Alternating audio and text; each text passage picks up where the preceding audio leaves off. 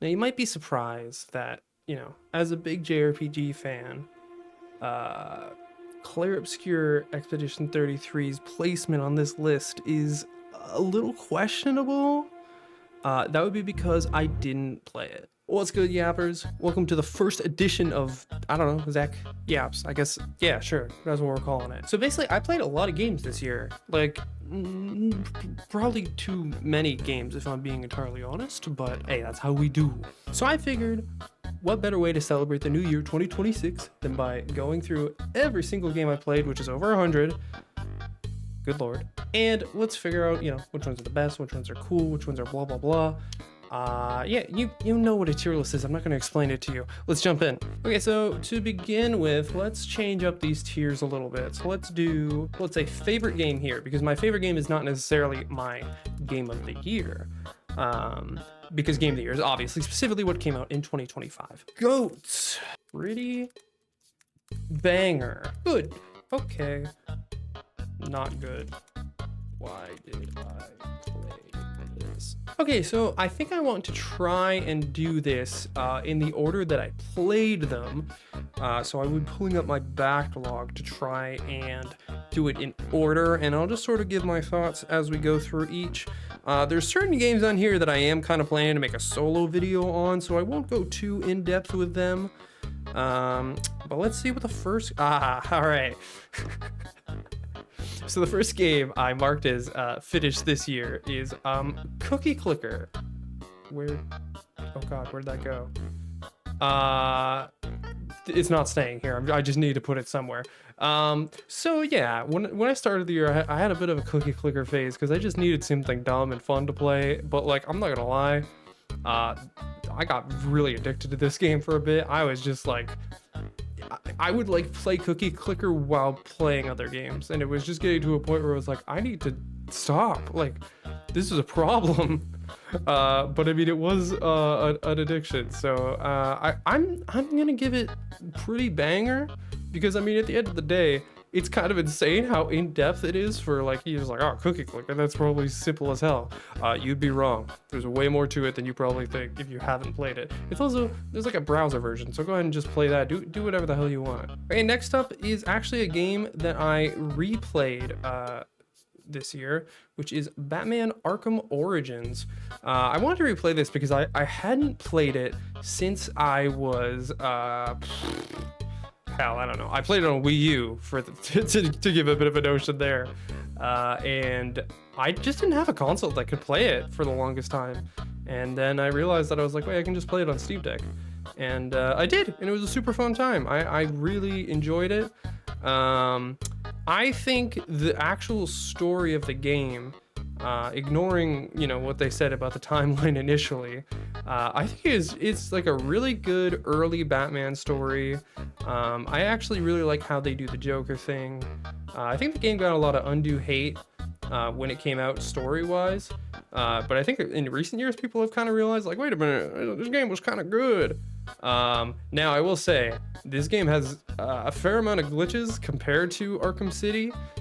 There's one, like, when you play Arkham City and Arkham Asylum, the way you get combos in that game feels so satisfying, and like anytime you mess up, you're like, oh, that was on me. Playing Arkham Origins, on the other hand, there are times where you're just like, what could I have possibly done to make me drop the combo like that? So yeah, that's kind of how that was. But I'm gonna give it still pretty banger, because overall I think it was a very fun time. I actually went back and 100% of it, at least the main campaign. I didn't do the extra stuff, but I did, like, all the Enigma stuff and all the side quests, blah blah blah blah blah. And then following that, I actually made the purchase of a MetaQuest 3 headset because I really wanted to play Batman Arkham Shadow, which, if you don't know, is a VR sequel to Arkham Origins. Takes place, I actually don't remember. I think like 6 months to a year after Arkham Origins Blackgate, which we will talk about in a second. And Arkham Shadow was my first VR game ever. I've never owned a VR headset, never played a VR game in my life, and I absolutely loved it. I'm just gonna put this in goats immediately. If I always joke that, like, if I played this in 2024, this would have been my game of the year for 2024. It is so good. It is essentially just an Arkham game in VR. And I think that's where VR shines, is when it's just a good game that's also VR, in the sense that it uses VR to boost what makes it good already. Now, there are great experiences that I think are better in VR in general. Like, a lot of simple things are more fun in VR because it feels like you're doing them, like a fishing simulator or something along those lines, right? But to make a game where you truly feel like Batman, and the way that this game makes you feel like, that is something special. And the story is really well done. It shows how it's sort of similar to the Batman movie, where Batman starts out very vengeful, violent, and this story is sort of about him seeing the consequences of that and realizing that, a nicer, not necessarily nicer, but he needs to be a symbol of hope, not fear. That's what makes him a good superhero. And yeah, it was just an incredible game all around. Next up, I played Arkham Origins Cold Heart for the first time, which, I mean, eagle-eyed viewers will know that I played the original game on Wii U, and Wii U did not get like DLC for any game, it feels like. Certainly not this one. And it was not good. I did not like this DLC very much because it's essentially just a worse version of the Mr. Freeze episode of Batman the Animated Series, which is a great episode of the show, but this just didn't add anything. It almost did at the beginning, but it's just not very good, and to be honest, I don't remember much of it now, which is not a good sign because I just played it. Now, speaking of bad, Batman Arkham Origins Blackgate is an interesting case because a lot of people hold the opinion that this is a bad game. Before I had a Wii U, got this game because it was on 3DS, because it was literally the only way I could play an Arkham game, and I loved it as a kid. I played it so many times. I think I beat it. Actually, I don't know how many times I beat it because I think I would usually get bored and just restart it, but I definitely beat it a few times at the very least. So I was really excited to go back to it, especially because I've gotten a lot more into Metroidvanias, and like this is a straight up 2.5D Metroidvania. And I was very sad to find out this game is awful. This game is actually really not good. It's just boring.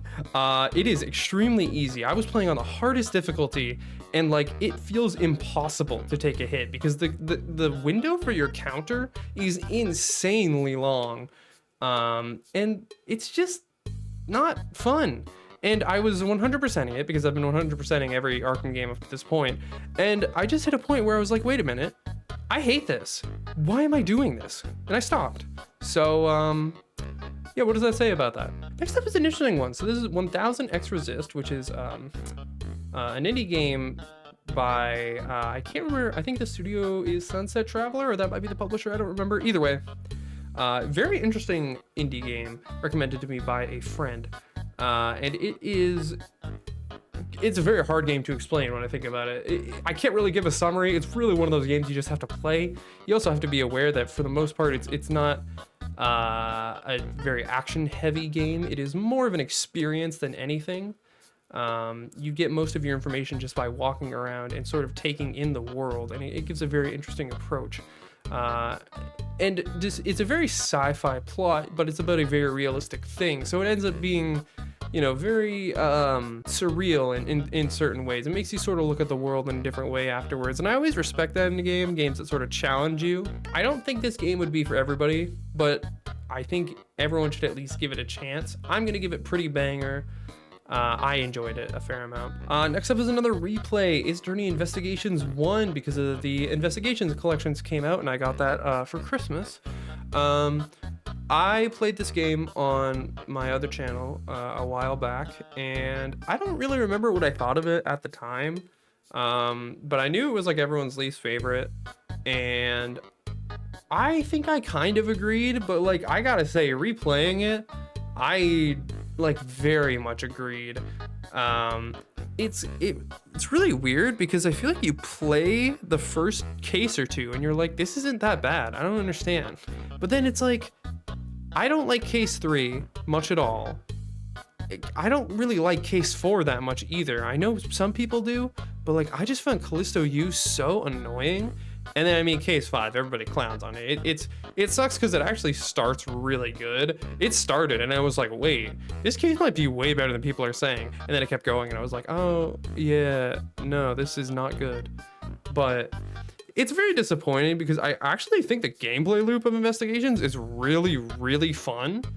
But this game just doesn't capitalize very well on it. And it has such good characters and they're just in a story that isn't very good.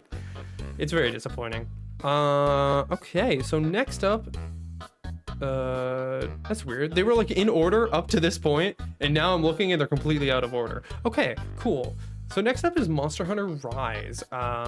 This is not my first Monster Hunter game. I played Monster Hunter World, and then we played Monster Hunter Rise afterwards, and I really like Monster Hunter Rise. I'm gonna put that in GOATs almost straight away, because I think the mobility in this game is just so much fun. I think even still, I mean, we'll talk about Wilds because I did also play that, but like there was just something. I love the grapple hook. I just love the play styles. I love the aesthetic of the game. There's just something really cozy about it. I think it just, like, this gave me the Monster Hunter bug way more than Monster Hunter World did for me personally. I still enjoyed both, but Rise was the one where I was actually like, damn, I want to play more. So that was fun. I was glad to sort of finally understand what was going on with Monster Hunter, you know? All right, next up we have an actual 2025 release, which is nice. What the hell is this game's actual title? Like a Dragon, Pirate Yakuza in Hawaii, I think. This game I was looking forward to, even though everyone seemed very negative about it to release. But you know what? I actually ended up really enjoying it. I know a lot of people have problems with the story, and I think that's fair, but I mean, I'm gonna be honest, I went into a game called Pirate Yakuza in Hawaii and decided, you know what? I don't think I'm gonna care too much about the story in this game. And I understand why some people would say, well, it's a Yakuza game, so that's a bad mindset, but I don't know. I just went in wanting a fun pirate action game, and to be honest, I got exactly that. It definitely has faults, but this is the most fun I've had with a Yakuza game since like Lost Judgment. So yeah, I mean, I'm taking it as a win. Another 2025 game, we got Monster Hunter Wilds. Now, so this game's in an interesting state because I feel like people's opinion on it when it released versus now could be very different, because I know on the PC side of things, it didn't get up, well, it did get updates, but they just didn't make the game work. They made it run worse than when it came out, and it already was sort of in a not great state when it came out. I did not play on PC because I didn't have a PC at all, actually. I had a gaming laptop and a Steam Deck at the time, so I got it on PS5, and it ran like fine on performance mode. There was definitely like some resolution drops, but like it wasn't anything too awful, to be honest. The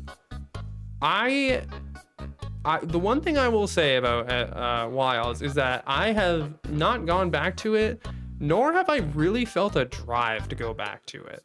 I was pretty positive about it when it came out, and when I first finished it, I thought it was like, damn, I'm excited to hop back in. But then like as time went by, I thought about it, and there was like nothing about the game itself that was actually pulling me in too much outside of like, well, it's the new Monster Hunter. Honestly, talking about Wilds and Rise in conjunction with each other, I want to go back to Rise.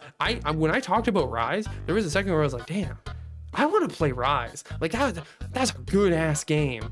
And Wilds is a good ass game, don't get me wrong, but it just didn't draw me in the same way. Now, when they release the expansion, I will probably go back into it and maybe I'll walk away much more positive. But that's just how I'm feeling right now. I still think it's a pretty banger game, don't get me wrong. It's just not like one of my absolute favorites overall, you know? So next up is kind of a weird one. This one has a weird backstory because essentially I was just going to what is it? It was like a Christmas party or something at a job I was at the time. And we were going to an escape room. So I was like, well, I've never done an escape room, so I want to play this escape room simulator game on Steam because it looks cool. And it was like, you know, a night or two of fun. We played like a few of the basic rooms, and then some of the DLC ones like Portal and Power Wash. But I mean, at the end of the day, like, you know, that was it. I never went back to it. It was a good game for a night or whatever, but you know, it's not gonna blow your mind or anything. You know what you're getting into. Okay, next up is one actually pretty interesting because I kind of avoided this game when it came out. I wouldn't say avoided, but I just wasn't very interested in it. If I can fucking find it. Okay, there we go. So what is the full title of this? Master Detective Archives Raincode Plus. This is Kodaka's next game. Kodaka is a creator of Danganronpa, for those who don't know. I was a big Danganronpa fan, of course, as I'm sure if anybody coming from the old channel knows.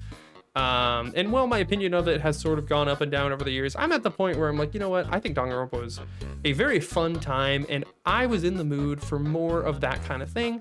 And I would say Raincode gave me exactly that.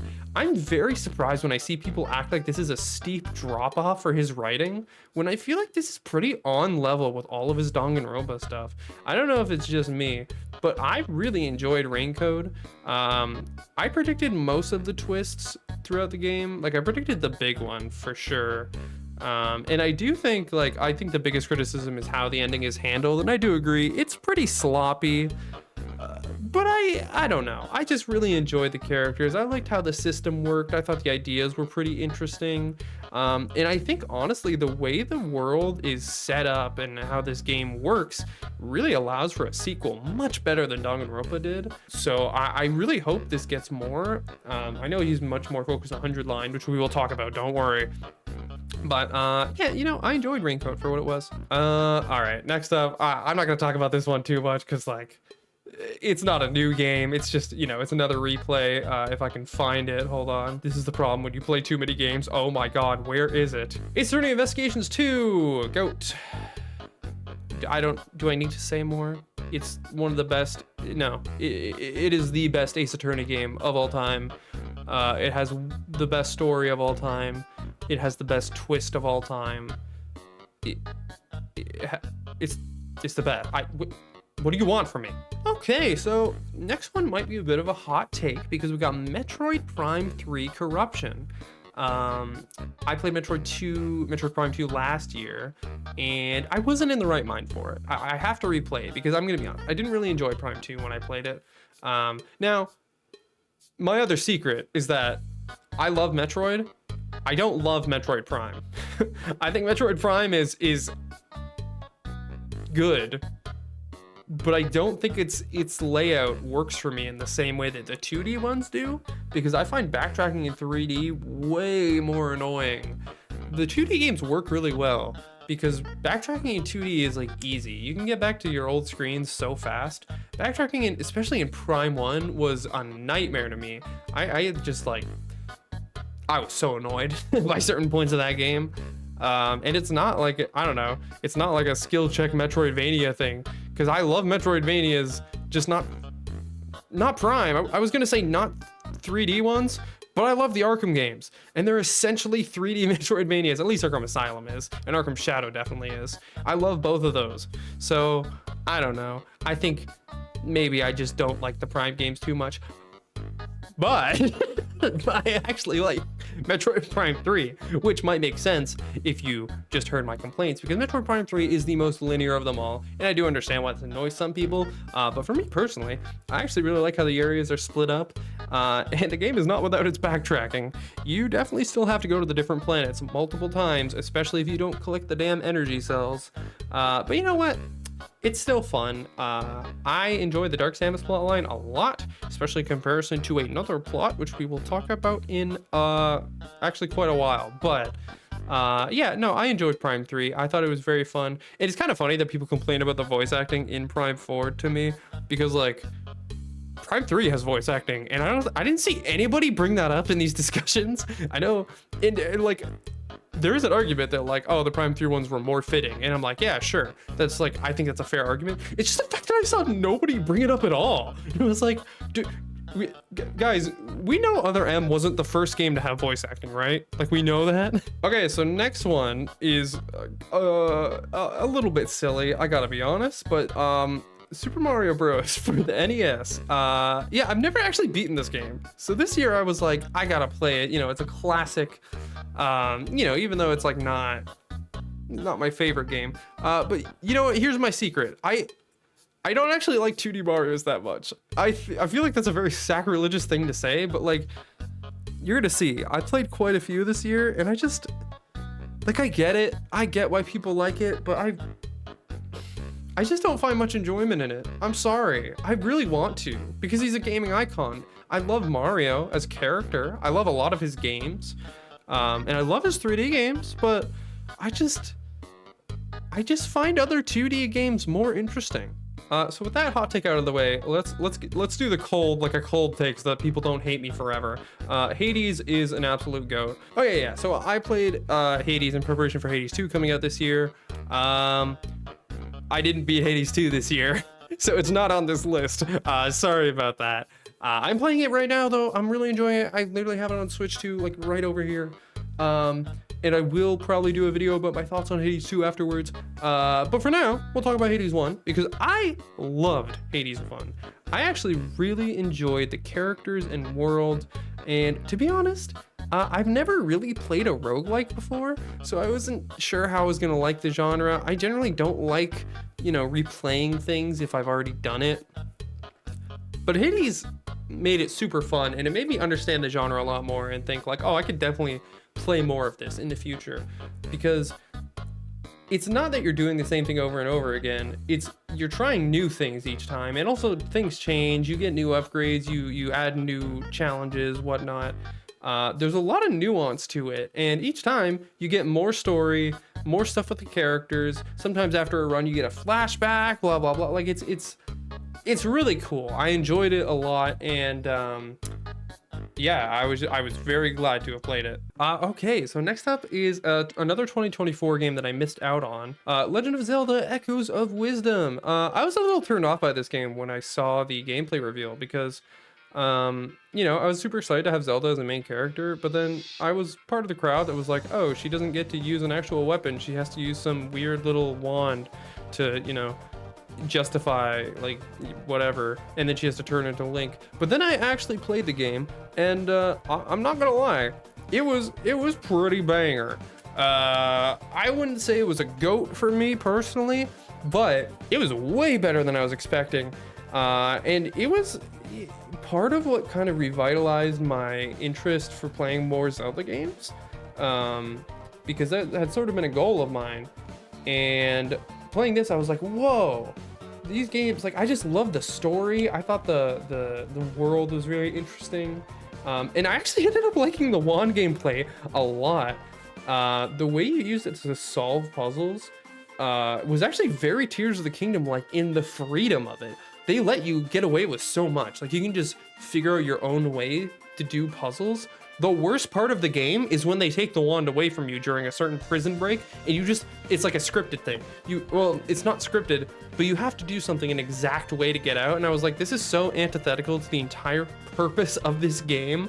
I did not like it. Okay, next up, we're talking about probably the biggest surprise to me of the year. That being the 100-line Last Defense Academy, a collaboration between Kodaga and Uchikoshi. Uchikoshi being the creator of Zero Escape and the Somnium Files, both series that I absolutely love. So obviously I was excited for this, but when I saw the trailers, I wasn't sure. First off, I don't love strategy games to begin with, so the gameplay was kind of like, for me. And the designs and overall UI and everything just felt very Danganronpa core-y, and I was like, I don't know, like, kind of feels like he just wants to make more Danganronpa. And then I played it for real, and holy shit. This is, by far, Kodaka's best work ever. I don't even think it's arguable. The writing in this game is insanely well done.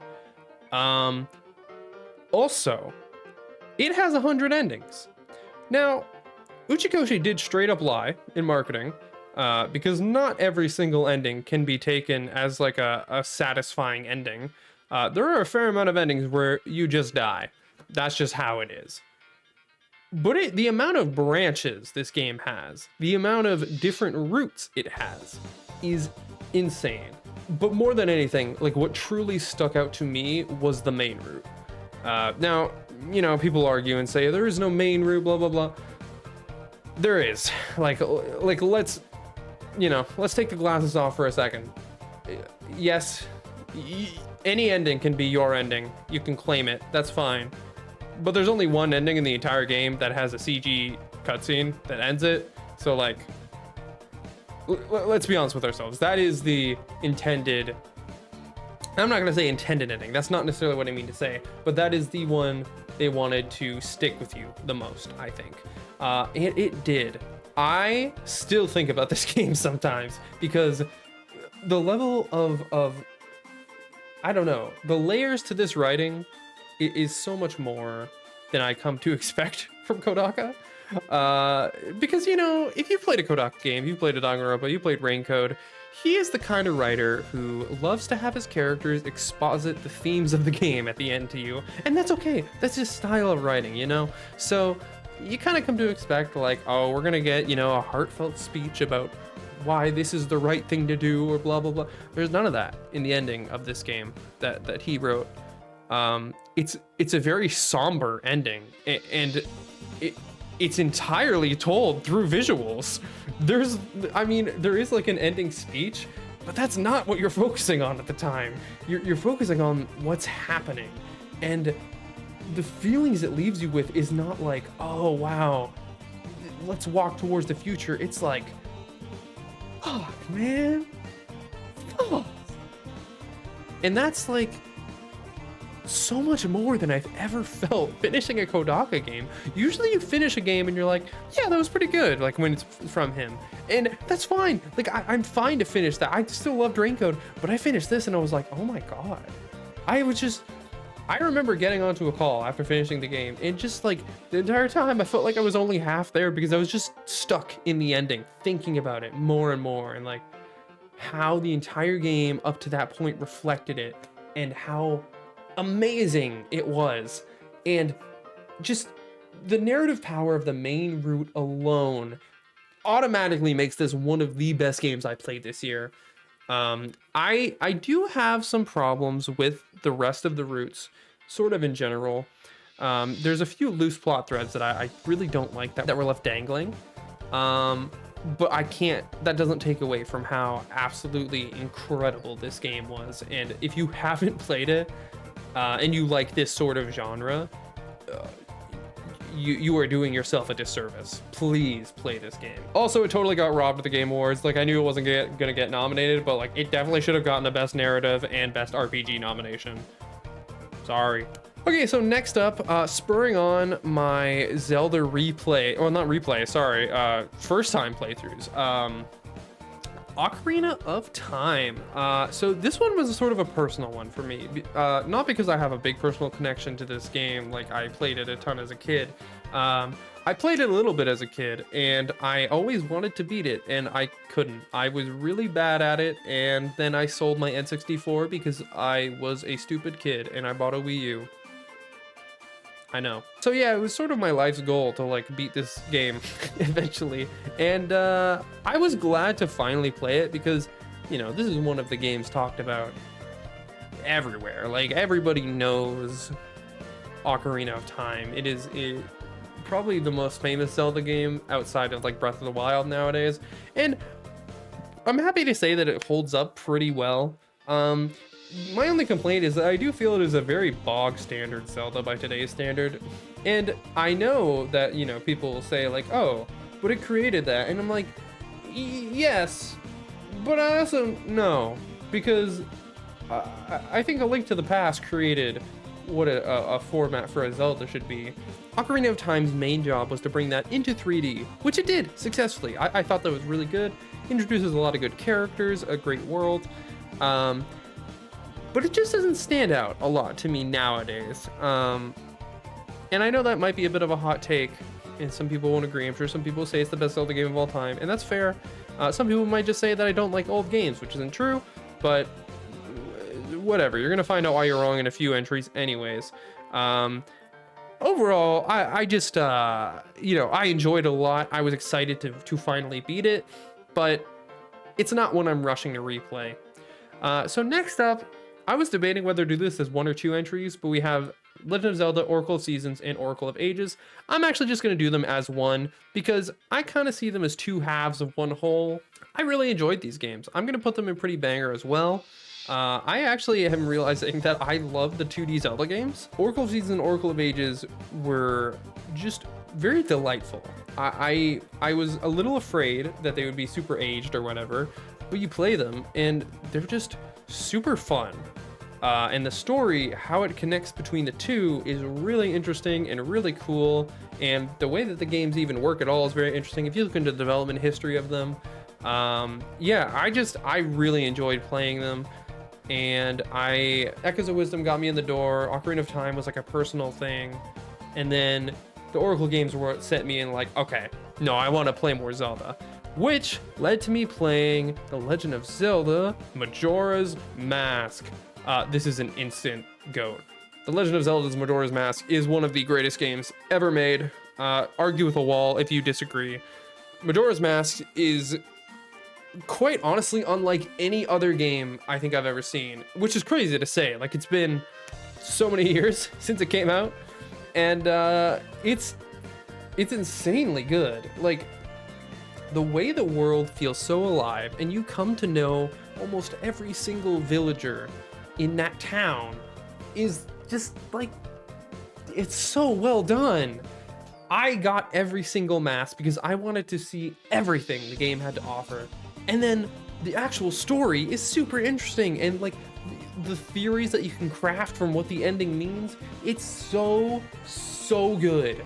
I don't think there will ever be another Zelda game like it. I'm not sure there will ever be another game as interesting as Majora's Mask, because even if somebody makes something derivative of it, it won't be as unique as Majora's Mask was. And I loved it. I loved it so much. It was such an incredible game. So continuing on the Zelda train, we played Zelda's Four Swords. This game was fine. You can see I immediately put it in good. It's like 2 hours long. It's really not, anything super crazy. And it's good, but it's not like, it's just a fun little bonus thing. You know what? I might even actually knock it to okay, because it's fun for what it is, but it's really nothing special. So yeah, that's that. Oh, okay. So next up, with Donkey Kong Bonanza on the horizon, I wanted to get into the Donkey Kong series a bit. Obviously I played the original Donkey Kong, but I had never played the Donkey Kong Country game, so I played it for the first time. And I was like, wow, this game is hard. I mean, it's not like super duper hard, but it was harder than I was expecting. I gotta be entirely honest. And I do feel, okay, so I'm gonna put Donkey Kong Country 1 in good, because I don't think, there's just some parts of this game that I did not enjoy a whole lot. I respect the hell out of, especially like it's like technical achievements. It is like, crazy that they have essentially like a scanned 3D model running on a SNES, but I just didn't have as much fun with it as I was kind of hoping I would. I kind of found it more annoying at points, and now I allow you to tell me that I'm just, too new of a gamer and, don't like old games or whatever, because you might be right for this one. But I mean, I still enjoyed it, and I enjoyed seeing the new Donkey Kong in action and all that. Okay, so now we got another Christmas one that I took quite a while to finish, that being Silent Hill 2, which I'm immediately going to throw in goats. This is specifically the remake, I should say. I played Silent Hill 2, the original last year, and absolutely loved it. And I think because of that, I wasn't super rushing to go into the remake, because, I just played the original, and I knew the remake was a fair bit longer. I really enjoyed the remake. I think it's a very interesting, sort of, I guess, modern interpretation of the game. I think the original has actually aged really, really well, and like, as someone who isn't in love with tank controls, I think Silent Hill probably has the best tank controls out of like any series I've ever played, because it just feels extremely natural, and also it just works really well with the limited camera angles that the original games use. But Silent Hill 2 was an amazing remake. I was very happy to see. I loved all the stuff that they added. My only complaint, and I don't think this is a common opinion, but I found the game less scary as it went on, not for the reason you might think. Silent Hill 2 goes against something that I think the original Silent Hill games nail, which is making you more afraid of what isn't there than what is there. Silent Hill 2 was one of the scariest games I've ever played because you'd walk into an area with literally nothing going on, but the music would be so droning and the sound design would just make you think that something horrible was going to happen, and nothing would. But the fact that nothing happens was kind of scarier because it felt like something was still going to happen, if you understand what I mean, right? Silent Hill 2, on the other hand, the remake, just kind of throws enemies at you like crazy. And after a while, I realized, wait a minute, why am I getting scared? I know what's going to be next. More enemies. Because that's all that's ever next. More enemies. So I was a little disappointed by that, if I'm being honest. Overall, it's still an amazing game, but I do feel like they, you know, a little too heavy on the enemies near the end of the game, to the point that it went against the spirit of the horror to me. Okay, I don't even know how to talk about the next one. Deltarune. I have a very interesting connection with this game. Not in a profound sense, but just in the sense that chapter 1 came out. I remember I was in grade 8. It was October 31st. And I had no idea what it was. I just knew that it was by Toby Fox, and I loved Undertale. So I was like, oh, I'm so excited to play this. And there's just something very special to me about the fact that yeah, am I bummed that the game has taken so long to come out? Sure. But it's had releases, obviously at that time. Then chapter 2 released while I was in high school. And then chapter 3 and 4 came out after I finished university. And it's like, wow, this game has been around for very monumental parts of my life, and I feel like I've approached it differently every time because I have such a different mind compared to when it came out, and it's just made me fall in love with it all the more. Deltarune has absolutely become one of, if not my favorite game of all time. But I don't think I'm gonna give it Game of the Year because it's not technically done yet. But I think I will give it my favorite game of the year. Even though it did come out but you know what I mean, right? You could say that it came out the year it's finished. You could say it came out in 2018. I don't know. You could say that it came out this year because the hub released, where you get all the chapters, but only 4 of them are available. So I don't know. Either way, it is one of the greatest games I've ever played, and I think everybody should play. I mean, preferably you should play Undertale first, but Deltarune absolutely stands on its own. So please play it. It's incredible. I love it. So I should also say, Deltarune was the first game I played on my Nintendo Switch 2, which I got day 1. Now, obviously, the other game I played was Nintendo's main launch title with it. That being Mario Kart World. Now, this isn't similar to Monster Hunter Wilds. I feel like the opinion of this game has changed with time because everyone was very positive about this game when it came out, and nowadays I don't hear people talking about it that positively anymore. Now, here's my secret. I've never been that big of a Mario Kart fan. I like it for parties, just having fun, but I've never gotten down and dirty into it like some people have. I enjoy it well enough, but it's just not the kind of game that I want to play on my own, And I was actually quite disappointed by the free roam mode because the way they showed it in trailers made me feel like, oh, this is a single player experience for people like me who want something to do, when they play by themselves that isn't just, racing computers. And then you play it and it's extremely bare bones. Yeah, there's stuff to do, but more in a checkbox kind of way. Yeah, there's technically stuff to do, but it's not very interesting and honestly not very fun.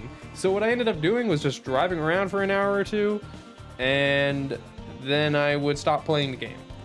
And because not a lot of my friends got Switch 2 at launch, I didn't really end up playing this a whole lot until way later down the line. And it's fine, it's fun.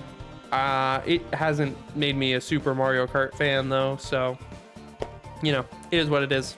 Okay, so I'm on a bit of a Mario phase at this point. So I played Super Mario Bros. 3, which I'm also going to place in good. This game is obviously good, as I just put it there, but I don't love it.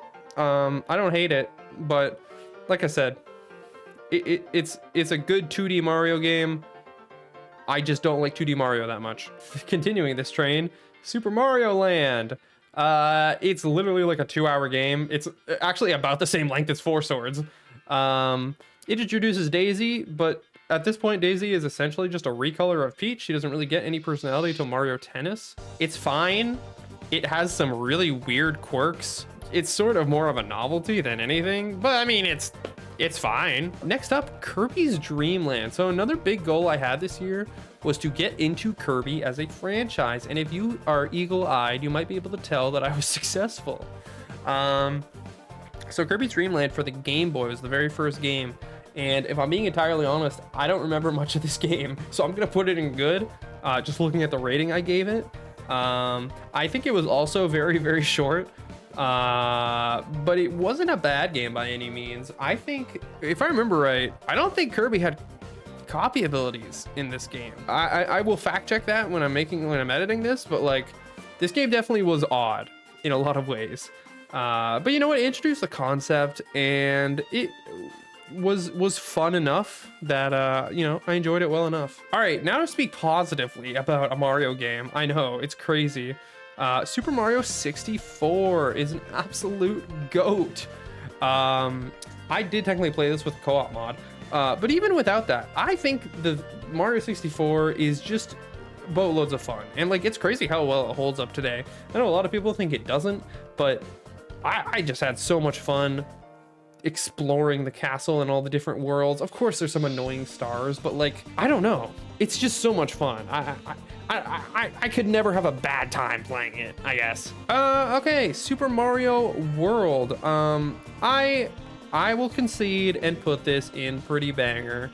I still don't love it, but it is the best 2D Mario game that I played, and I didn't not want to play it like some of the other ones. It's pretty good. Yeah, I don't know what you want from me. Is that good enough? Mario Party 2. Now, okay, I actually like Mario Party, the series, a lot. And I'm gonna put Mario Party 2 in GOATs because this game is so silly and lets you do stuff that you should not be able to do. But that's why it's great. It is very easy to tilt people, and I respect the hell out of that. Continuing on my Kirby-ness, we have Kirby's Adventure, which I'm actually gonna put, I know it's a little high, but I'm gonna put it in pretty banger, if only because this game should not be able to run on an NES.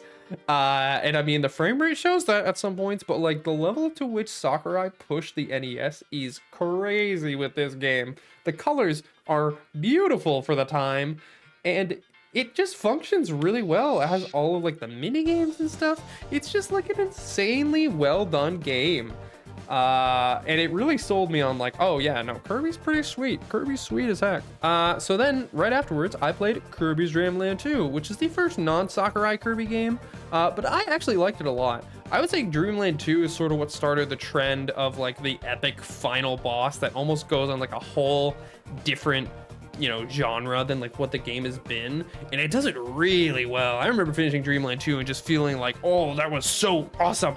This is awesome. And yeah, so this started probably one of my favorite trends in the entire Kirby series, so I'm more than happy to put it in pretty banger.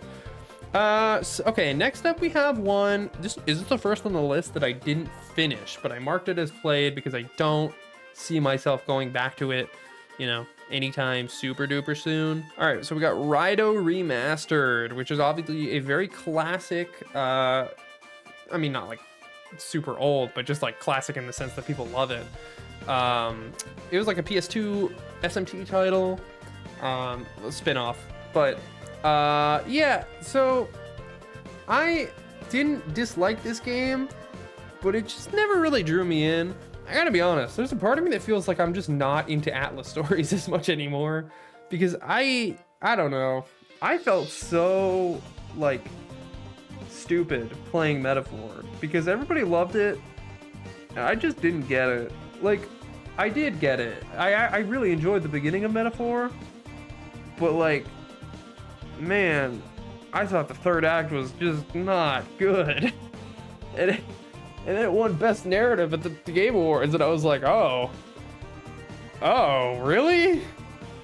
I don't know. So, I don't know. Part of me feels like maybe I'm just not compatible with Atlas writing anymore. But I just wanted Rido to be a bit more than it was. All right, next up is Kirby Superstar, and I'm so biased. I'm sorry. Listen, okay, listen. I had Superstar Ultra on my DS. So when I went into this, I just got like a blast of nostalgia, even though, you know, it's a different version of the game, but like, it's so good. This is like peak Kirby. I'm sorry. It's so good. Legend of Zelda Wind Waker, which this is the first game I played on NSO on Switch 2.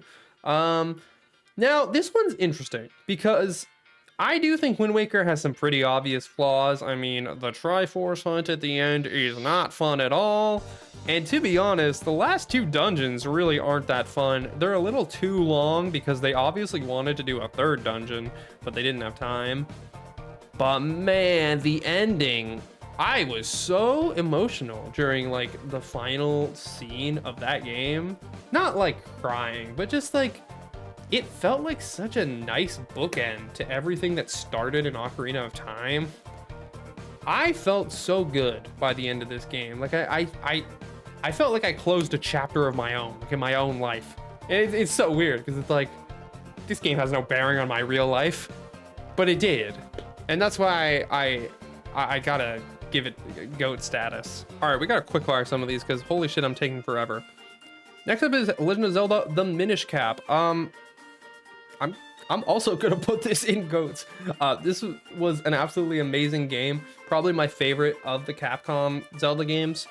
I don't really know what else to say. It just had a great story, it had amazing gameplay, and visually, the pixel art is some of the most beautiful pixel art I have ever seen. Kirby's Dream Land 3 is not good. I did not like Kirby's Dream Land 3 almost at all. It's too slow, it's boring, and the asinine requirements for the true ending just made it worse.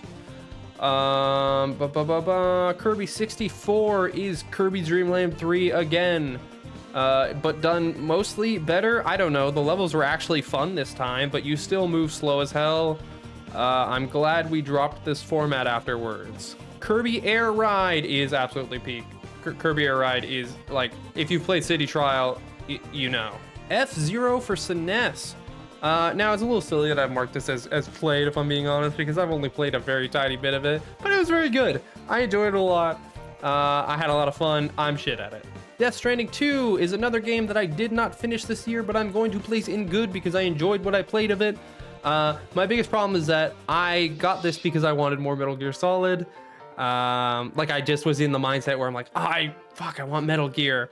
And that's not the right way to play this game. It's not, you know, it's more action focused, yes, but I needed to get into the world of Death Stranding better. I played the first one, but I just wasn't in the right mindset, so that was on me.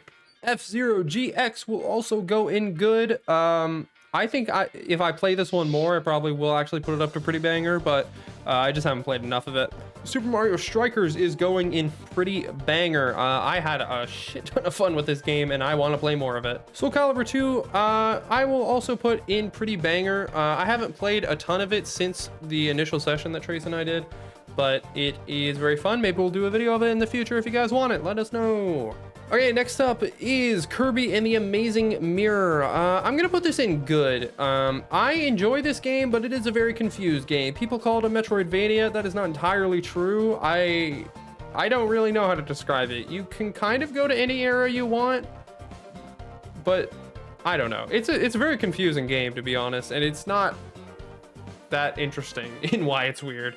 Super Mario Land 2 is a marked improvement over Mario Land 1. I actually really enjoyed this one as a 2D Mario hater. So, you know, what does that say? Kirby Squeak Squad. I am also going to put this in good, even though I do think it's better than Amazing Mirror, but I do think it's a pretty like standard Kirby game overall. It's very fun. I just love Kirby. But if I'm being objective, then I have to admit that it's you know, mostly just good. Oh boy. Okay, so now we enter a new phase of my life, because this is when I played The Legend of Heroes Trails in the Sky, the very first game in the series. Now, I'm not going to talk too much about these games because I want to do an entire video talking about each game in the series and really go in depth, but I will give some brief thoughts on each one as we go, because if you're wondering, yes, I did play the entire series this year. Trails in the Sky 1 is an interesting game. I would say it only gets super interesting by the end, though. I'm not saying the game is bad until the end or anything. But the ending is what made me look back at the entire game and realize, oh my god, like, oh, I see the real story now. But when you're playing up to that point, you're kind of like, I mean, like, it's good, but like, I don't understand how this is such a long-running series, you know? I do also not really like the antagonists of the prologue and chapter 1. I just didn't really like them, and it kind of stopped me from playing the game for a while. But then when I went back to it, chapter 2 was like immediately an improvement, so it was fine. I think Estelle is an absolutely great main character, and Joshua was a great foil, and the ending just like immediately left me wanting more. But I played some other stuff first. So in the same topic of JRPGs, I played Final Fantasy IX, and I gotta be honest, I'm not a big Final Fantasy fan. I don't dislike the games, but I just haven't, outside of 15, which I actually really enjoyed, I didn't really play one that has me like wowed. I played 7, I enjoyed it well enough. 7 Remake, I enjoyed well enough. Rebirth, I didn't really like that much. I mean, I didn't dislike it, but it's just, I found it kind of a slog to get through. I liked FF8, but I understand that it's weird, and I know why people didn't like it. Final Fantasy 16, I also played, and I really enjoyed it at the beginning, but as it kept going on, I was like, this game's a little too long. And I don't know, I just didn't love the ending a lot.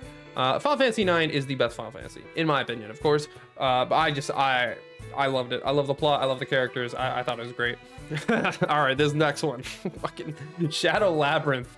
The shitty Pac-Man thing that they made. I'm really disappointed. I thought this game kind of looked interesting, like in a novel way, I guess.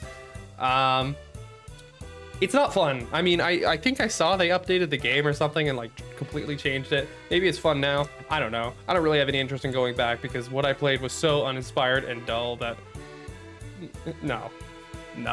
Oh my god, Donkey Kong Bonanza. This is the reason to get a Nintendo Switch 2, in my opinion. I love this game so much. It is one of the best platformers Nintendo has ever made. Oh my god, I want to replay it. Like, I just think about it. It's one of the most fun games I've ever played in my life. I hope this team gets to make more like it because it's incredible. Kirby's Return to Dreamland Deluxe. I opted to play the Switch version instead of the Wii version. I'm also going to put that in GOAT. This is like kind of the perfect Kirby game in the sense that, like, I don't know, it just nails what you want from a Kirby game in every way imaginable. Kirby Triple Deluxe, now we're on the 3D games, the 3DS games. I'm gonna put in Pretty Banger. I enjoyed it a good amount. I did think it was a little bit of a step down from Return to Dreamland, but it was still super duper fun. No Sleep for Kaname Date, the spin-off of the Somnium Files. Uchikoshi said it was good enough to be the third entry. He was lying. It's okay. I have a lot of problems with the story. The story functions on characters just acting out of character. Or at least not necessarily out of character, but like they all have to be feeling extremely mean that day for like no good reason, really. I just feel it completely misunderstands some of the relationships between characters, but it also has one of the most emotionally powerful moments in the entire series. So it's still good. I just wish it was better. Kirby Planet Robobot is the best Kirby game, easily. This game is probably one of the best platformers ever, honestly. I know I just said that about Donkey Kong, but like, I love Planet Robobot. I heard rumors of like a Switch port. If that happens, I would be so happy because this genuinely is like, it's insane. It's amazing. It's like, it made the entire Kirby series worth it. The Legend of Heroes Trails in the Sky, second chapter, easy GOAT status. This is, I think most people will tell you, one of the greatest Trails games of all time. It introduces pretty much every single concept that people love about this series. It introduces, you know, the main antagonists that are kind of overarching throughout the series. Introduces a lot of the political turmoil that is explored throughout the games. And it just has one of the greatest casts in the entire series. And one of just the most tightly written stories. It's so good. It is so incredibly good. And I love that this game doesn't waste time. There's stuff that you want to see after Sky 1. And I thought it was just gonna get dragged out, but no. The game is so well written that like when scenes happen, they happen organically, and there's never a moment where you're like, oh my God, now we're not gonna see that. It's like, no, if something happens, it happens. It's simple as that. And it's so antithetical to what I see in a lot of anime writing, and admittedly, even some future Trails games. So it was just so nice. It was so nice. Okay, Kirby Star Allies. This game gets a lot of hate. I don't think it's that bad. I'll put it in good because I don't think it's like amazing, but a lot of people act like this is the worst Kirby game, and like, let's not be crazy. Trails in the Sky the Third, also another easy go. I know some people don't like how the gameplay works in this one because it's more dungeon based. I do understand that, but Kevin is one of the greatest protagonists in the series. I mean, I love every protagonist if I'm being honest, but like, I love this story so much. And if it gets skipped in the remakes, I will be extremely upset. Move aside, real Trails is here now. Yeah, we're gonna put that right there. Trails from Zero. Oh my God. I love this game so much. I just like, the main cast is probably one of my favorite main casts in gaming. I love the relationship they all have with each other. I love that they all have interpersonal relationships. Like, the SSS is almost a character of their own in the sense that they're such a unit and they all have different, you know, relationships with each other that is hard to separate them and look at them as individual characters in a sense. But I don't mean that in a bad way. I just mean that they're so well written as a group that like I want to see them together always. And then the antagonist, you know, despite not being connected to the overarching plot, at least in the traditional sense, they're amazing. Like, they're really interesting and actually, you know, are a force you want to take down. Plus, just amazing resolutions to stuff from the Sky arcs, while also introducing some amazing new stuff. It's just an incredible game. All right, next up is Shantae 1. This game is... I'm gonna say not good. I didn't enjoy this game. I don't think I actually finished it because it just... The draw distance, because it's a Game Boy game, you can't see far enough ahead of you, and I got sick of falling and jumping into pits and dying. All right, Trails to Azure is the best Trails game of all time. I will not be taking any questions. I know I'm a crossbell simp, I know, but it's just incredible. I love Trails to Azure so much. I think it's pretty much a perfect game. I think it ends every single character arc started in Zero in the perfect way. The only things I could critique about it are as a result of future games in the series, so I really can't hold that against this game. I love it. I think I just love every aspect of it. It's an absolutely phenomenal game and makes me so happy that I got into the series at all because it is one of my new favorite games of all time. If Deltarune did not come out this year, it would be in this spot. You know what? Yeah, I'll even put it up there. Just like, I gotta give it to it. It deserves it. All right, next up is Trails of Cold Steel. If I can find the first game. Where the hell is it? There it is. So Cold Steel switches up how the series is for sure, and I think a lot of people didn't really like that. Some people said, you know, they try to go back to Trails in the Sky. I don't entirely agree though. I am going to put it in pretty banger because I thought Trails of Cold Steel 1 was pretty good. I like the new characters introduced a lot, not as much as the SSS, but you know what? There's way more of them, so they're not going to be as tightly knit of a group, and I think they still did a pretty dang good job. And I really like the ending. I thought the ending was like really, really good.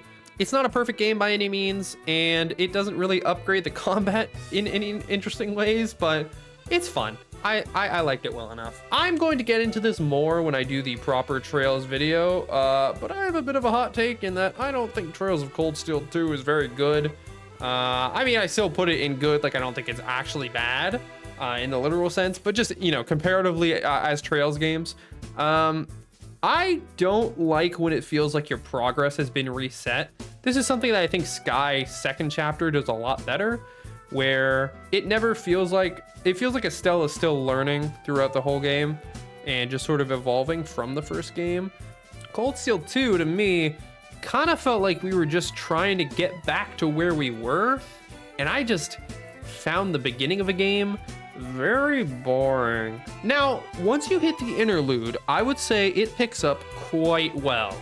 I quite enjoyed the interlude into Act 3, but then we hit the epilogue, and this one, it's difficult. I go back and forth on this, right? Because, like, the epilogue is extremely important with later knowledge, but when I finished this game, I really did not think the epilogue was a very good ending, especially because both the Act 3 ending and the little interlude afterwards, both of which would have made far stronger endings. And like, yeah, after finishing Cold Steel 4, I understand the significance of why Cold Steel 2 ended the way it did, but it still isn't a very good ending for Cold Steel 2.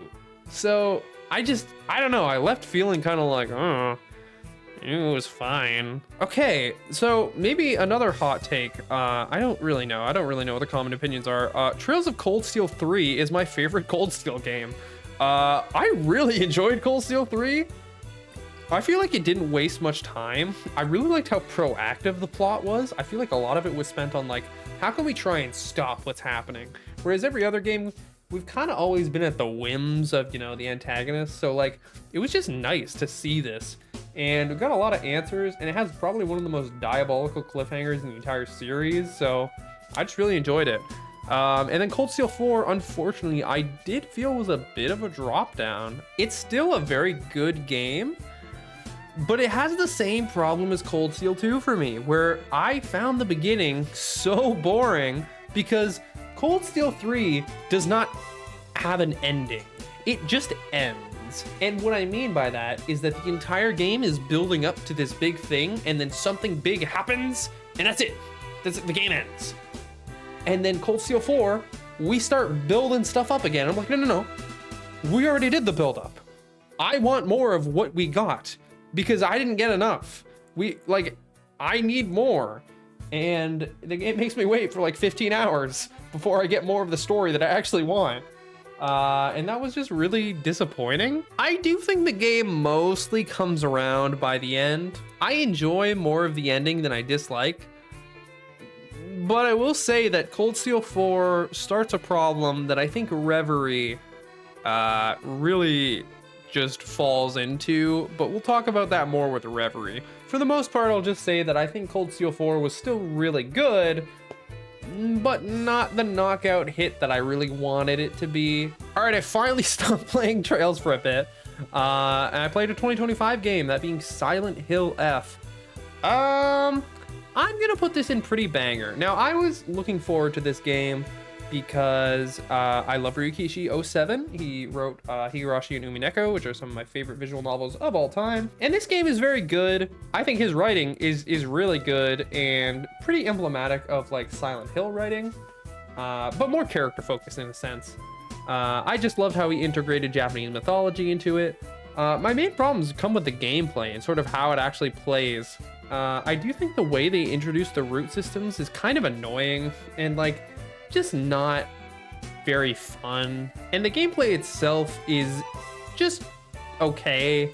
Like, it's not bad, but it's not like, I'm not rushing to play it again. The only reason I played it so many times is to get all the true ending and stuff. But like, honestly, I haven't talked to anybody who doesn't get halfway through a second playthrough and go, I think I might just watch the true ending on YouTube, and then begrudgingly go, no, it'll be fast, I'll just do a third playthrough. But like, why are we requiring 3 playthroughs to get a true ending?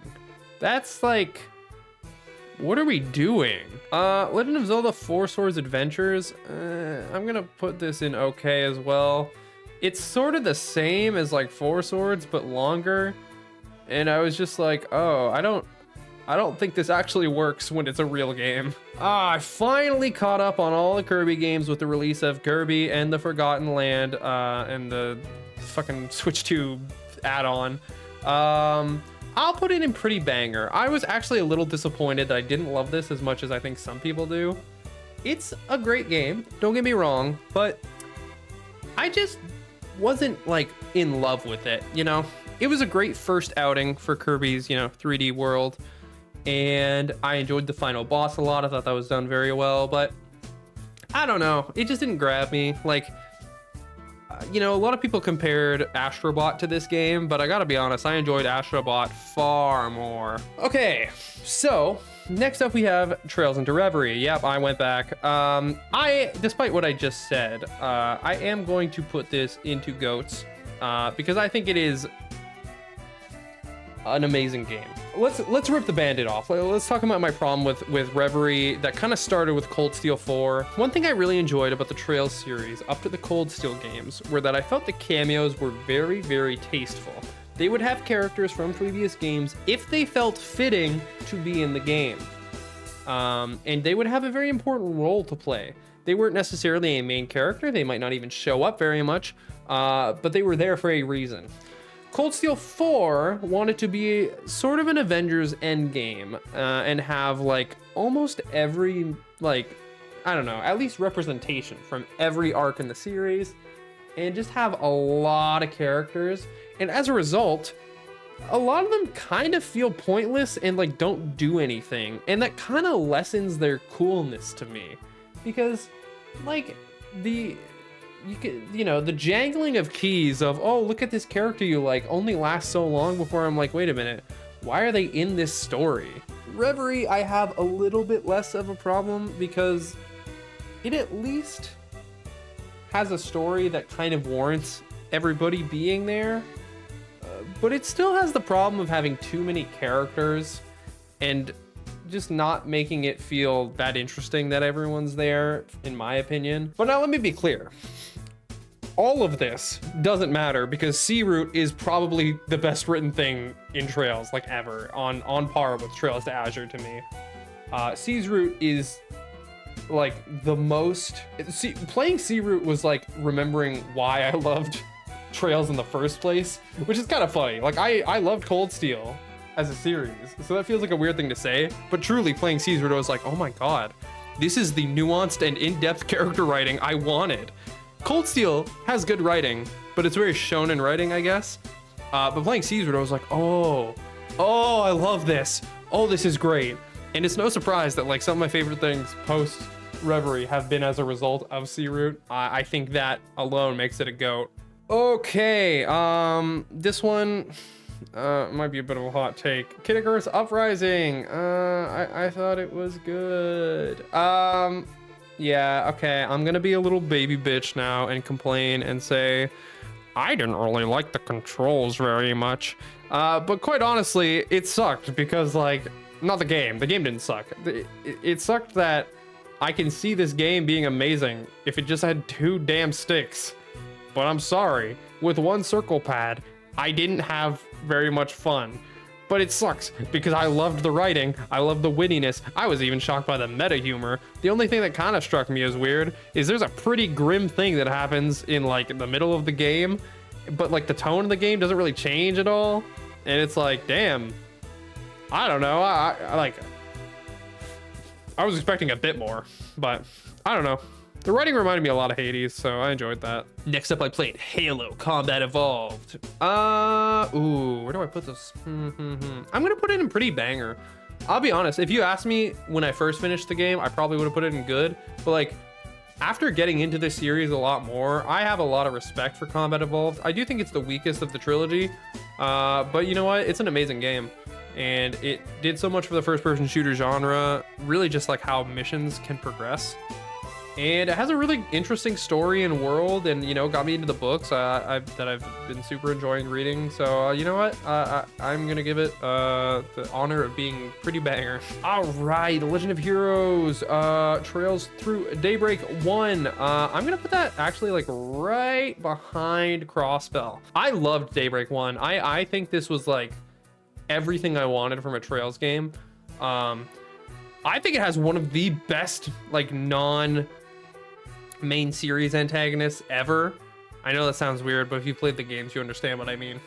The villain in this game, I feel like it was a response, because Cold Steel, I think everybody was getting a little bit sick of morally gray villains, right? Like every single person in Cold Steel had some reason as to why they were actually somewhat of a good person for doing what they're doing. Daybreak like makes the judge like it like immediately comes out swinging. It's like, no. This guy has no good reason to be doing what he's doing. He just wants people to be afraid. That's it. That's his big goal. He just wants people to be afraid. Like, I don't know. I thought that was raw as hell. I'm like, all right, like I gotta respect that. And the things he does to make people afraid in this universe, like, holy, I don't like. Listen, hands up. And Van Arkrod is like one of the greatest protagonists ever made. I don't care what anybody says. Great game. Ooh, all right, next up, I don't know if this is a hot take. I don't actually know what the like common opinion on this game is, but Pokemon Legends ZA. That is easily getting a GOAT status from me. I was so skeptical of this game. I almost didn't buy this game because, well, for one, I didn't really like Legends Arceus as much as most people did. I enjoyed it, but I was like so burnt out by the end of the story that I just like didn't keep playing. I enjoyed Scarlet and Violet a lot, despite them being Scarlet and Violet. But when I was like, oh, it's only one city, oh, it's not in the past, I was not looking forward to this. And then I played it, and I was like, holy shit, this is the best Pokemon game in so many years. Like, I'm not kidding when I say playing this game made me remember why I love Pokemon. Because like, for a while I was like, damn, is it just because I was into it as a kid? Because I don't know. But then I played this and I was like, oh, no, these games can be good. This can be good. And now granted, this is all the Switch 2 version. I know the Switch 1 version is still kind of unacceptable for how it released, but I can't deny the fun I had. I think this was amazing. Okay, so this next one is a bit weird. So we got Resident Evil Revelations, which I wanted to play because Requiem was coming out, and I was just in a Resident Evil mood. I'm very excited for it. Maybe I'll make a video on Requiem after it comes out and I beat it. I was very interested in this one because I knew it was a 3DS game, and I love the 3DS. 3DS is like, well, okay, the DS, old DS is probably my favorite console, just due to like nostalgia, you know? But I love experimental 3DS titles and stuff, so I was excited to play this. But unfortunately, I'm gonna just have to put it in good. Now, I didn't play the 3DS version, to be clear. I played the PC port.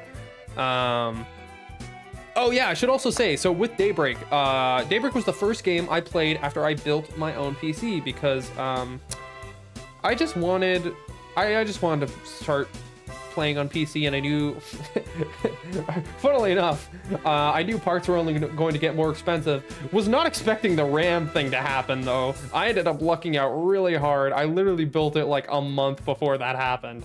But yeah, I don't know. I was just getting a little annoyed by like how many sacrifices the PS5 like had to keep making to play games. So I was like, you know what? I'm just gonna spend a little more on like a gaming PC and get like a good one. So I have like a 5070 Ti. Yeah, I've been having smooth sailing since. Ironically, it's like only older games that give me problems because it doesn't understand how my GPU manages VRAM. So it's just like, you have no VRAM, and it's like, no, I do. It's just rationing it because you don't need to use all fucking 16 gigabytes at the same time. And it's like, no, I'm gonna throttle you. And it's like, stop, just work normally.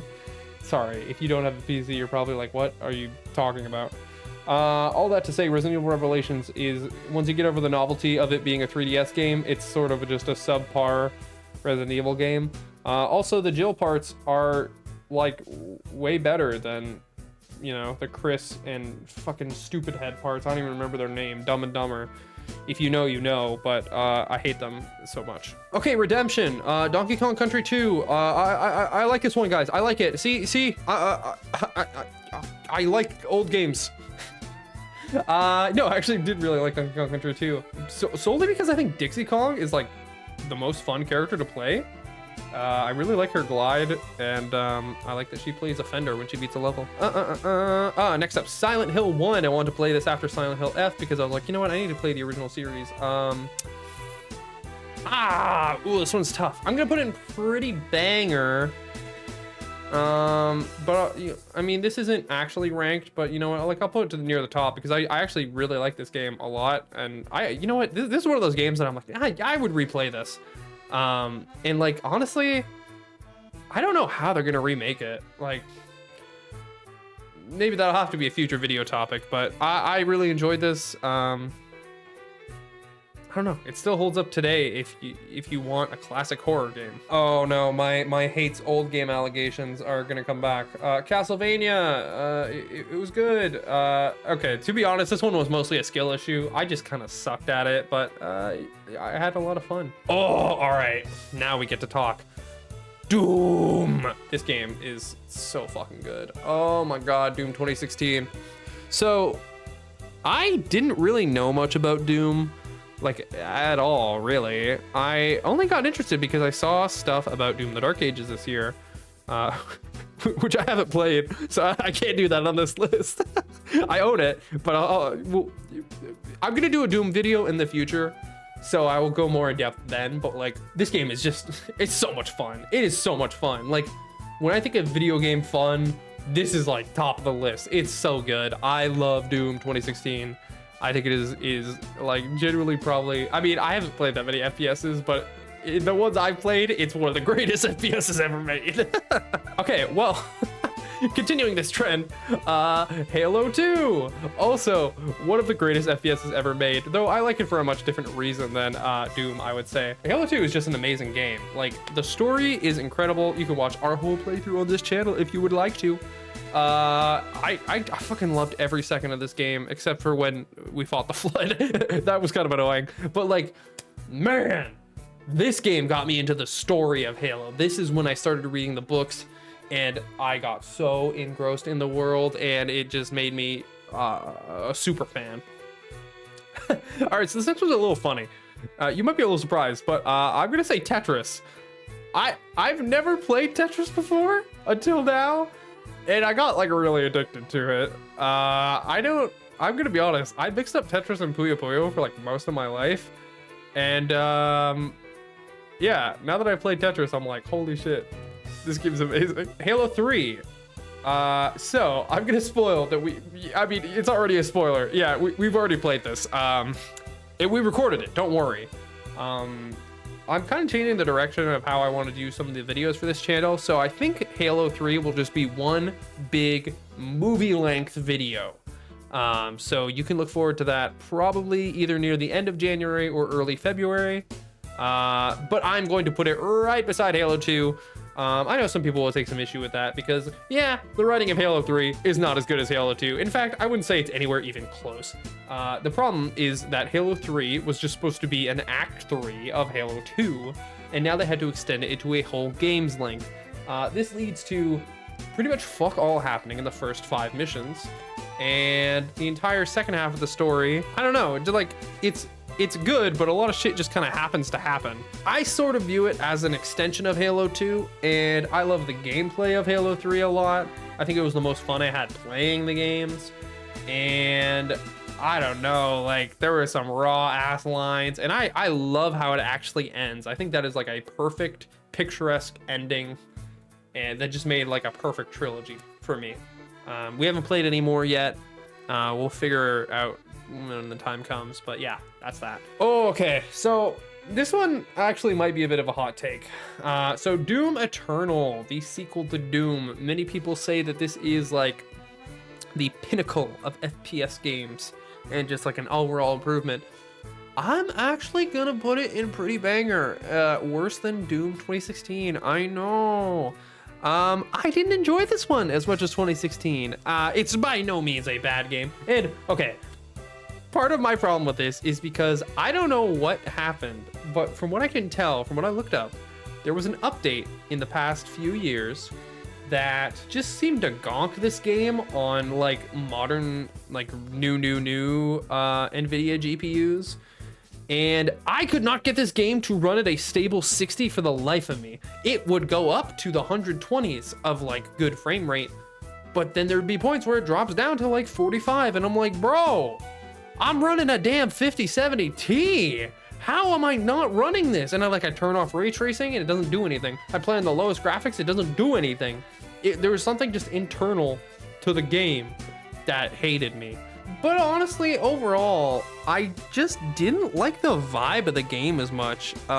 It feels like, I don't know, my complaints feel very silly and like they almost feel embarrassing in a way, because it's like, I just love the tone that Doom 2016 established, right? And I love the story. And I don't like that this game feels like it doesn't want to be a sequel to 2016. It's really annoying how much they twisted the plot to just like, I don't know, add in all this, in my opinion, bullshit to the story that obviously didn't exist in 2016.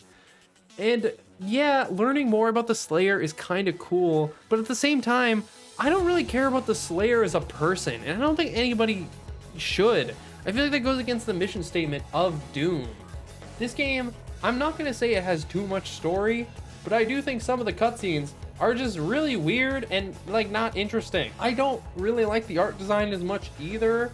I think it's, I know this sounds dumb, but I think it's a little bit too colorful. I enjoy all the new weapons and how they increase the amount of things you can do in the gameplay, but I don't know. I think there was just something about Doom 2016 that I found a lot more zen. Donkey Kong Country 3, I'll put that in good. You know what's weird is when I started this one, I was like, shit, this might be the best one. But as time went on, it wasn't. Unfortunately, this game solely relies on gimmicks per level. So if you don't like a gimmick, you will just hate the whole level. Deadpool VR, I'm gonna put it in okay. I didn't like it very much.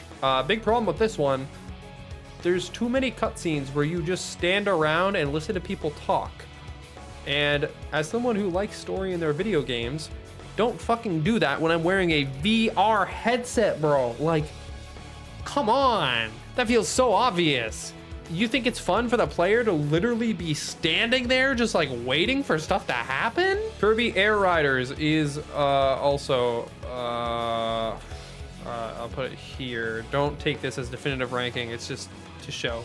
Yeah, Kirby Air Riders is absolutely amazing. Honestly, the Switch 2 output this year is fucking cracked. Like, it has some of the greatest Nintendo games I've ever played. Air Riders is so much fun. If you watch the video that we did, I had so much fun editing it. I would love to do another one. But I just want to play more Air Riders in general. Shantae, Risky's Revenge Director's Cut. You get to go in good. It's an improvement over the first game, absolutely, but it still just doesn't stand out that much. I like the story though; it was cute and fun. Luigi's Mansion, I'll put it in pretty banger. This I also need to finish editing the videos for this, but we'll get there eventually. Unfortunately, the Nintendo Switch Online does have like a kind of an annoying amount of input lag, so I do feel like some of my like reaction times just felt weird playing this game. I think if I played it on Dolphin, I actually would have enjoyed it a fair bit more. But I still had a lot of fun with it, and I enjoyed seeing just the aesthetic of it. Pikmin 1, I wanted to, so this kind of started my trend of trying to play the GameCube games released by Nintendo, or at least published by Nintendo, in sort of sequential release order. And I really enjoyed Pikmin 1. I thought it was super fun and cute. I enjoyed its strategy elements, and I just really enjoyed it. So, you know, I built a PC. I had to play Half-Life. The Half-Life series obviously is probably one of the most iconic series out there. And I was like, you know what, I have a computer now. I'm using Steam a lot more. I gotta play the games that Valve actually made. And this game fucking rocks, dude. Oh my God. I love Half-Life 1. I know it has aged in some ways for sure. Some of the physics are a little strange sometimes. And yeah, The ending kind of sucks. Not the ending, but the final few levels are not very fun, and I did save scum quite a bit to beat them. But you know what? This came out in fucking 98, man. You play it today and you're like, holy shit. The fact that like the story isn't told through cutscenes, there's like no real cutscene in the game. There's so much dialogue. There is so much dialogue for a game from 98, man. Everything that games do today came from this. Next up we have WarioWare. I don't really know why I played this. I just kind of wanted to. I'm gonna put it in pretty banger because honestly, I just had a fun time playing this. So yeah. The last game I played in November was Super Mario RPG Remake, which I will put this in, I'm gonna put it in okay. That's probably gonna get some hate, I know, but I just think this RPG is honestly a little bit dated. I was a little disappointed by like how little the party interacted with each other, and you know, you're not playing a Mario RPG for the story necessarily, but there just wasn't as many cute character moments as something like the Paper Mario games. So yeah, Geno is cool though, I get it. Next up is Eternal Darkness, Sanity's Requiem. I was really excited to play this because obviously this is a Nintendo published M-rated game on the GameCube. I was unfortunately a little bit disappointed by it though. I still enjoyed it quite a bit, but one thing I think needs to be clarified is the sanity effects are probably the most popular thing about this game, but there's a fatal flaw with them. They are tied to your health, so while you want to see them and see what crazy stuff they do, if you're playing well, you never will, because you don't want to see them because they drain your health. I think when you have a mechanic that's so cool like this, it's just kind of disappointing that you can't enjoy them without dying. I would say like the mansion is the scariest thing in the game, and you don't even really spend that much time in it. Most of the time is spent going to flashbacks where you fight like Lovecraftian horror monsters, and it just gets very goofy. Like by the end of the game, you cannot even call it a horror game anymore, but it sucks because like the atmosphere at the beginning is so good. Okay, let's talk about the elephant in the room now. Metroid Prime 4 Beyond. After a grueling development cycle, which we are learning more and more and more about, it came out and a lot of people didn't like it. And I went in thinking people are gonna be babies, blah, blah, blah.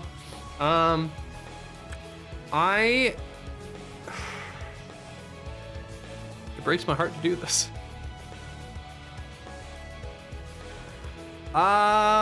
Yeah, so, okay. This game is not bad, but it's not great.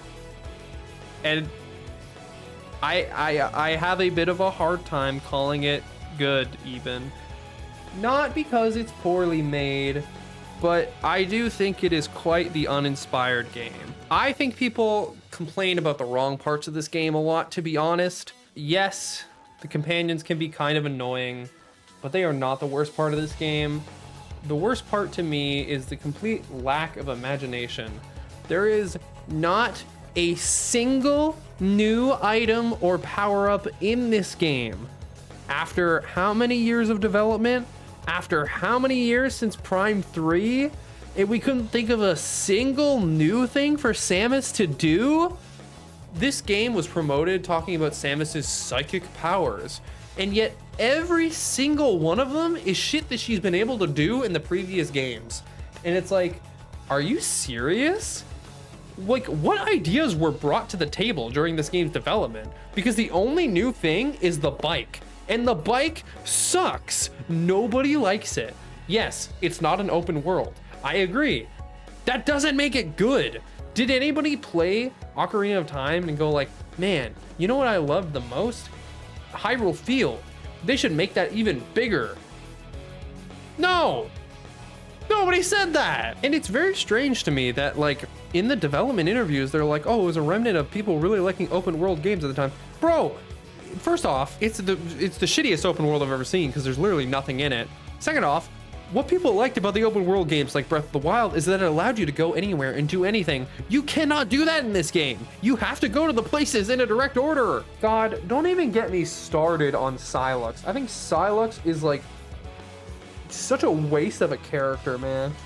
Dark Samus is no like you're not gonna win a fucking literary fiction award or anything with it. But Silex has nothing to do with the plot of this game. And then they bring him in at the very end through a weak, like, thematic connection. And it's like, this is so lame. They built him up for so long, and he has no presence in his debut game. So incredibly lame and just amateurish, honestly. I know a lot of stuff has come out that this is a lot more of the Bandai version of the game than we realized. They did not completely restart development, and Retro had to essentially assemble a new Metroid team because obviously, like, most of the guys left after Prime 3. So I'm hoping Prime 5 will at least shift the series in a more innovative direction. But yeah, this was a very disappointing game. I think people are overreacting when they say, like, it's the worst game ever made or whatever, but it's probably the worst Prime game, and that makes me very sad to say. Oh boy, speaking of worst games, Trails Through Daybreak 2. What a flaming, like, absolute awful time. It's not to the level of Why Did I Play This, but man, it is the worst Trails game, bar none. I thought people were over exaggerating because, like, Trails fans can be a little silly. I saw people talking about how, like, Cold Steel 2, like, the writing dives off a cliff, and the games are shit after that, blah, blah, blah, blah. And I was like, all right, like, yeah, I agree that they're not as tightly written anymore, but, like, we're not gonna act like it still doesn't have some of the best writing ever. No, people were not over exaggerating with Trails Through Daybreak 2. This game is fucking dog water, man. It really sucks because, like, the beginning, you play the beginning and you're like, this isn't that bad. This is a really cool concept. But, like, I've never seen a worse utilization of the concept this game is based around. Like, it's insane to me how badly it's used. I know it's you know, I'm not breaking any new grounds by saying this, but, like, I think Act 3 of this game is some of the most unfun gaming experiences I've ever had. It's like actually trying to drive you insane. And oh my god, remember how I said Daybreak 1 has one of the best villains in the entire series? The opposite could not be more true for this game. This has one of the worst villains I think I've ever seen in a video game because the game doesn't even care about him. Oh my god, it feels like a preschooler wrote this game. This is one of the most creatively bankrupt games I've ever seen, and it's just baffling to me. Every emotional moment is something that's already been done in another game. It's a fascinating dumpster fire of a game. All right, Halo Wars Definitive Edition. I played this for the story. It was alright. I mean, I actually don't really like the flutter in the game. I understand why it can be possible, but that doesn't mean I like it.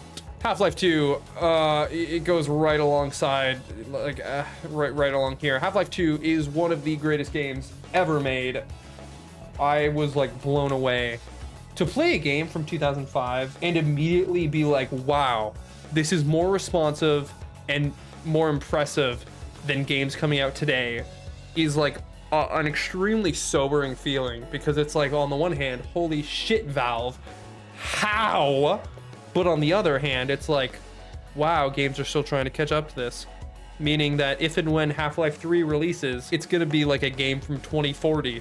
All right, next up we got Mega Man 1. I wanted to start the series because of the Mega Man 12 announcement. I'm gonna put this in okay. I think it's a pretty rough around the edges, but I mean, it's fun enough. Half-Life 2 Episode 1 is pretty good.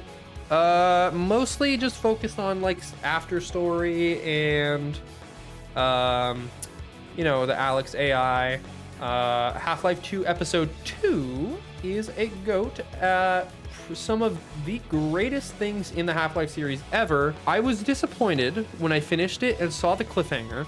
Not just because, you know, there's no resolution to the cliffhanger, but because I felt that the plot lines brought up and introduced in Half-Life 2 Episode 2 were some of the most interesting things in the entire series, and I was so disappointed that they weren't going to be followed up on. But I will continue that thought afterwards. complaints. I will also going to do a Half-Life video in the near future, so I will go more in depth and talk about spoilers then, if you're interested. Also, as a result of the Game Awards, I wanted to start the Remedy games. So I started, or I played all of Alan Wake. I'll put it in pretty banger. I don't have the same complaints that I think some people do. Like, a lot of people complain about the gameplay, specifically the flashlight, which is very bizarre to me, because I think if you complain about the flashlight, you have to be playing this game wrong, because the amount of like extra things that this game gives you to use light, and like the flares and the flash grenades, you should not be using the flashlight to the point that it's like actively destroying your enjoyment of the game. You have to just not be using stuff. But I thought the story was like a really interesting, unique concept, and I really enjoyed it. I mean, Alan is sort of not a very good guy when you're playing, but that's the point. And in regards to the DLC, the Signal and the Writer, the Signal was almost pointless, to be honest. It was like an hour of just running around. And then the Writer was more interesting, but like not amazing. Ooh, okay, this is a backlog sitter. This has been in my backlog for years, and I finally got around to playing it. Paranormasight. Oh, what do I want to give it? I'm gonna give it high good. I think the prologue of Paranormasight is like the first hour or hour and a half of the game. That is like one of the greatest prologues I've ever played. It is so good. And then the game changes, and the genre of the game changes, and what you're really doing in the game changes. And it's still good. It's a good mystery, and it's interesting, and there's good characters. I always have the sense that, like, damn, the prologue really showed me a very different game that I kind of enjoyed more. And I understand why that might not necessarily make for an interesting, like, full game, but I don't know. And then you hit the once you get to like the true, not necessarily true ending, but the ending after all the routes that you play, you learn something, and then you do something related to the prologue again and get the true ending. And it really made me realize how well written the prologue is. And then I was like, well, shit. Like now, like, I don't know, the ending just kind of reaffirmed me that the prologue is the best part of the game. And it kind of like ruined my enjoyment of most of it, because it's like, wait, it feels like half of this other stuff was like purposely not written in a satisfying way so that the prologue would like work the way they wanted it to, and that's just like, it's kind of lame. That's why it's only good and not pretty banger. But like overall, I actually think I did enjoy it a lot, and it really got me into wanting to play more mystery point and click visual novels again. But all right, Half-Life Alyx. Now this it's gonna go right up here. It is another absolutely amazing VR game. So Half-Life Alyx is interesting because it shows that if you're not Gordon Freeman, this universe, it's a horror game. It is like by far a horror game. The scariest thing in this game to me by far are the head crabs. I hate the way they move. I don't like them jumping at my face. It's just awful. But to continue my thought from the episode 2 discussion, Half-Life Alyx did something with the story that I was so not expecting and unprepared for, that it completely assuaged all of my worries about like the plot lines of episode 2 being dropped or like going, you know, unfinished, in the sense that like these concepts will never be brought up again, because Alyx does reference them and like gives me hope that Valve does want to expand on the stuff that they started, even if it's not in the way they initially intended. I'm fully back up to hopium, and like honestly, if you don't think there's going to be a Half-Life 3 after playing Alyx, like I wish I could be as cynical as you, because like I don't know how you don't get to the end of the game and you're like, oh shit, no, we're back, we are so back. But who knows, maybe I'll be the fool. We'll find out. Whew, okay, this is like literally the third to last game I played this year, but we're finally going to fill the spot. My Game of the Year award goes to Dispatch! Yes. So I was actually really late playing this game, which is kind of weird. I had this game on my radar, like from announcement onward. I was so excited. It had like actors I loved, and I've always been a big fan of Telltale games. And then for some reason, I just decided I didn't want it anymore, and I took it off my wish list. And then I saw everybody playing it and everybody loving it, and I was, for some reason, my brain decided to play contrarian and be like, well, I'm not gonna get it. And I'm like, then I just had a realization one day where I was like, wait a minute.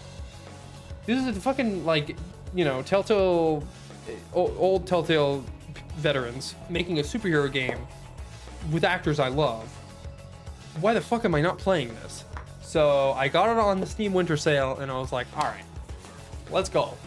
And it's incredible. It's a phenomenal game, with some of the best writing, like, in this genre, in my opinion. Specifically, at least the routes that I got. Like, what amazes me is especially when I got to the end and it gave me the checklist of, like, you know, all the stuff that I did compared to other players. The things that cannot happen in a playthrough was baffling to me. Because with a Telltale game, often if something was written well, it's because you couldn't avoid it. It would always happen. But there were entire character arcs that I thought were profound in Dispatch that you can just not get. And I don't know if the other route is as well written per se, but just the very fact that they are ballsy enough to be like, yeah, we wrote this banger character arc, but if you don't earn it, you don't get it. Like, holy shit, that's way more than Telltale ever did. That's all I'll say. But yeah, no, it's just like, it's incredible all around. It's more of an interactive TV show, even more so than Telltale, but I don't mind that.